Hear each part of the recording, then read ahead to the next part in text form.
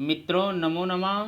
आज हम फिर माहेश्वर सूत्र का अगला पार्ट लेकर आए हैं। जो माहेश्वर सूत्र को आपने देखा कि माहेश्वर सूत्र होते कितने हैं, कितने स्वर होते हैं, कितने व्यंजन होते हैं, कौन कितने बार पूछा गया। पहले वीडियो में हमने यही देखा गया।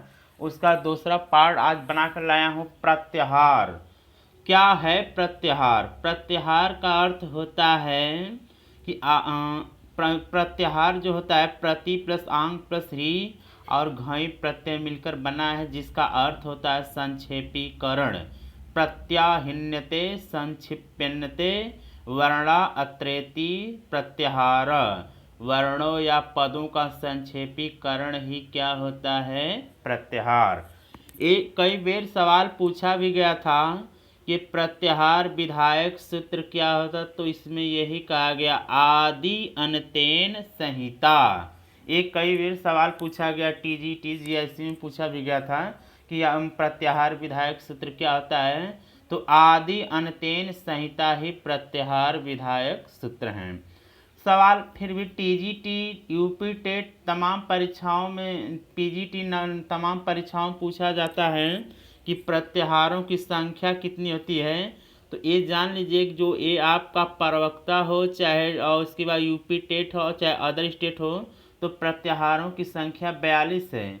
लेकिन अगर वही टीजीटी में पूछेगा कि प्रत्याहार कितने हैं, तो आपको 43 मानना चाहिए, क्योंकि ये बाबूराम सक्सेना जो बुक है व्याकरण प्रवेशिका, उसमें 43 प्रत्याहारों का ही जिक्र किया गया है। तो इसीलिए टीजीटी वालों जो होंगे उन लोगों को 43 बताना चाहिए। UP TET, super TET, PGT, LT GIC में 42 प्रत्याहारों, जो लघु सिद्धांत कौमुदी में भी 42 को ही बताया गया है।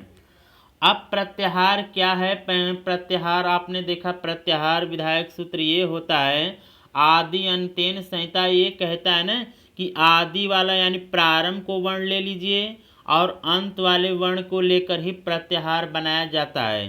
शर्त ये होती है ना कि प्रत्याहार में जितने भी इत्संज्ञक वर्ण, जैसे मैंने कहा कि अक में आप जानते हैं 4 वर्ण होते हैं ना, अ, ई, उ, री, इसके बाद आपका ली। आज जो आप में इसमें जितने भी हलंत होंगे सबको मिटा देते हैं, सबको खत्म कर संज्ञा करके उसको लोप कर देते हैं। यानी सीधा सीधा ए होता है। प्रत्याहार में यही देखा गया है कि जितने भी हलंत युक्त वर्ण होंगे, जितने लंगड़े वर्ण होंगे, उनको नहीं गिना जाता, न उन्हें लिखा जाता है। अब सच्चाई, जैसे मैंने कह दिया कि अक प्रत्याहार, अक प्रत्याहार आपको बनाना है, तो अक प्रत्याहार में जैसे मैंने लिख दिया ये अण प्रत्याहार लिया, ये अण प्रत्याहार, तो हम माहेश्वर सूत्र के प्रारंभ वाला अक्षर खोजें, अ खोजेंगे, अ, ई, उ, अड़। अब जहाँ तकले हलंत युक्त वर्ण नहीं मिलेगा तहाँ तहाँ तकले हम जाएंगे। लास्ट में जितने हलंत रास्ते में मिलते जाएंगे सबको इस संज्ञा करके लोप कर देंगे। यही 42 प्रत्याहार में करना होता है। अब सच्चाई ये है कि माहेश्वर सूत्र, ये जो प्रत्याहार चल रहा है, प्रत्याहार में अब पूछा जाता है कि अण प्रत्याहार में कितने वर्ण होते हैं। इसमें स्वर का जिक्र किया गया है कि व्यंजन का। तो इसको माहेश्वर सूत्र मैंने अगले वीडियो में बताया था ना कि माहेश्वर सूत्र को याद कर लीजिए, उसके बाद सब समाधान होता चला जाएगा। अब इसमें देखिए जैसे दिया है कि अण प्रत्याहार, तो माहेश्वर सूत्र में अयुड़ रिलिक आप सुने हैं ना, अयुड़ अयुड़। अब जो ड़ तकले है जिसमें र हलंत मिल गया, तो हम इसमें देखेंगे कितना र को छोड़कर जितने वर्ण मिलेंगे वही हमारे माहेश्वर सूत्र हैं। तो पूछा है कि अण प्रत्याहार में कितने वर्ण हैं, तो आपको बताना चाहिए 3 वर्ण होते हैं, 3 वर्ण होते हैं। इसी तरह मैंने बताया था अक प्रत्याहार, अक प्रत्याहार में वही शुरू के माहेश्वर सूत्र में देखेंगे अ कहाँ है और हलंत युक्त वाला क कहाँ है। उसके बीच में चाहे जितने वर्ण मिलेंगे हलंत युक्त वाले सबको लिखेंगे बारी बारी से। फिर इसके बाद करते हैं क्या है कि जितने हलंत रास्ते में मिले रहते हैं उनको हम क्या करें, संज्ञा करके लोप कर देते हैं। और अब फिर वही पूछा है कि अक प्रत्याहार में कितने वर्ण होते हैं, तो आपको 5 बताना चाहिए।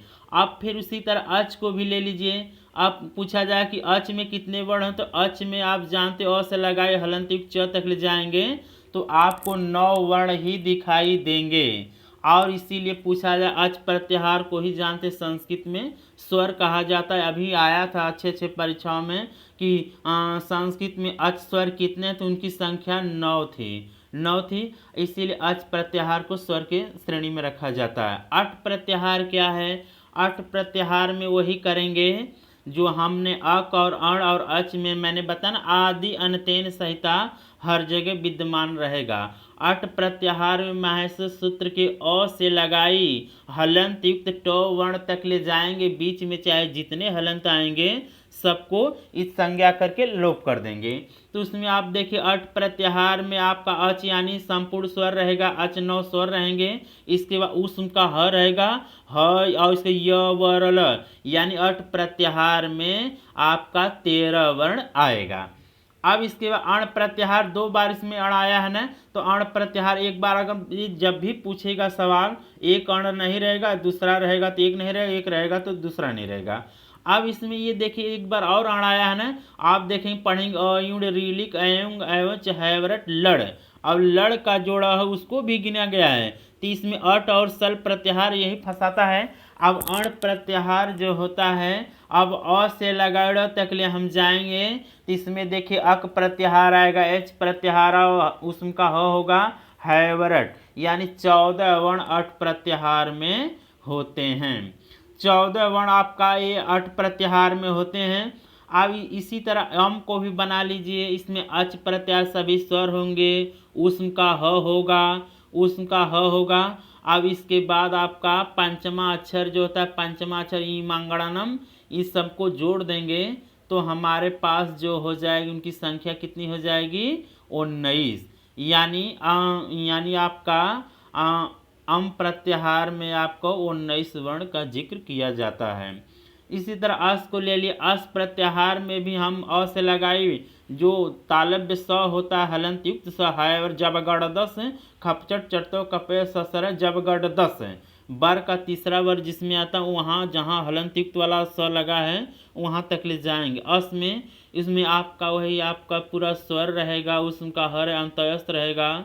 अब इसके बाद यही इसमें पूछा कितने वर्ण हैं, तो आप इसमें बताना पड़ेगा 29 वर्ण है। अल प्रत्याहार क्या है? अल प्रत्याहार में 9 स्वर रहेंगे और आपका 34 या 33 व्यंजन जो होता है वही आपका 42वां आ जाए। इक प्रत्याहार में वही प्रक्रिया होगी। इक प्रत्याहार कोई संस्कृत का मूल स्वर माना गया है ना, ई नहीं मूल से सॉरी क्षम्यताम, इसमें ई उ री ली यही आप 4 वर्ण। इक प्रत्याहार में कितने वर्णों का गिनती की गई है? 4 वर्ण। और इसी प्रकार इच प्रत्याहार ले लीजिए, इच में आपका ई उ री लिक ए उंग एच, यानी इच प्रत्याहार में भी आपका इच प्रत्याहार में भी 8 वर्ण दिखाई दे रहे हैं। इण प्रत्याहार क्या है? इसमें इक प्रत्याहार आ जाए, एच आएगा, उसका होगा अंतः, यानी इण प्रत्याहार में भी आपका 13 वर्ण दिखाई पड़ रहे हैं। उप प्रत्याहार को बना लीजिए, आदि अंत्यन संहिता पूरे माहेश्वर सूत्र में आप खोजेंगे, पूरे माहेश्वर सूत्र में ऊ कहाँ है, और हलंत युक्त वाला क तक ले ही जाएंगे जिसमें 3 वर्ण दिखाई देंगे। एंग प्रत्याहार को ले लीजिए, माहेश्वर सूत्र में आपका ए ओंग होता है ना, ए ओंग यही आपका 2 स्वरों का जिक्र किया, इसमें 2 स्वर होते हैं। एच प्रत्याहार में भी ये बहुत बार पूछा गया, एच प्रत्याहार क्या है? एच प्रत्याहार में 4 स्वर आते हैं। यही आया था ना कि किनका हर्ष तो नहीं होता है, किनका ऑलरेडी दीर्घ रहता है, तो यही एच प्रत्याहार जो होता है इसका दीर्घ होता है और प्लुत होता है, इनका कभी हर्ष नहीं होता है, जो ये चारों के 12-12 भेद माने जाते हैं। अब इसके बाद ये देखा जाए, देखिए मान लीजिए आपको मैंने दिखा दिया ऐच प्रत्याहार, ऐच प्रत्याहार में आपका ऐ औ यही 2 स्वर हैं। इसी प्रकार हस बनेंगे, अल बनेंगे, हल बनेंगे, यण बनेंगे, यम बनेंगे, तमाम इस तरह यही एक एक करके सवाल। हम चाहें तो वीडियो को अगले पार्ट में और बताएंगे, रल प्रत्याहार क्या है, र प्रत्याहार का मैं प्रत्याहार है। तो दोस्तों आज के लिए इतना ही रहने दीजिए, क्योंकि वीडियो बहुत लंबा नहीं मैं बनाना चाह रहा हूँ। इसके बाद फिर अगले पार्ट में 42 प्रत्याहार को पूरा करेंगे। बस आज के लिए इतने नहीं, जो भी कमी होगी आप कमेंट के माध्यम से जिक्र कर सकते हैं, हम बता सकते हैं। नमो नमः।